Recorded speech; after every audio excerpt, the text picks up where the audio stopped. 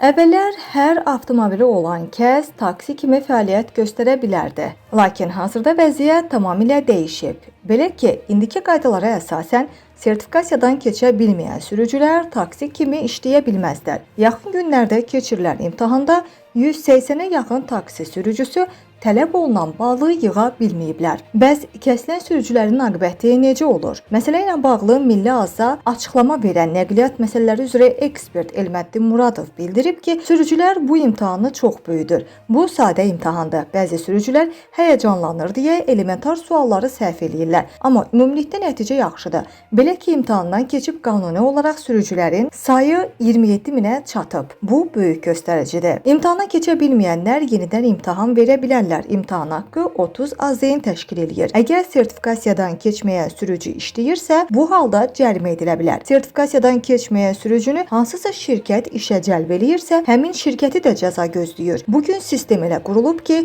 sürücü qeydiyyatdan keçəndə şirkət ondan sertifikasiya tələb eləyir. Əgər şirkət sertifikasiyasız sürücünü işə cəlb eləyirsə, bunu sistemdə ayna görür. Dərhal həmin şirkət cəzalanır. Birinci dəfə 20 min manat, ikinci dəfə isə 40 min manat cərimə tətbiq olunur. Qeyd eləyək ki, bu tələblər həm sürücülərin peşəkarlığını artıracaq, həm də sərnişinlərə rahatlıq yaradacaq.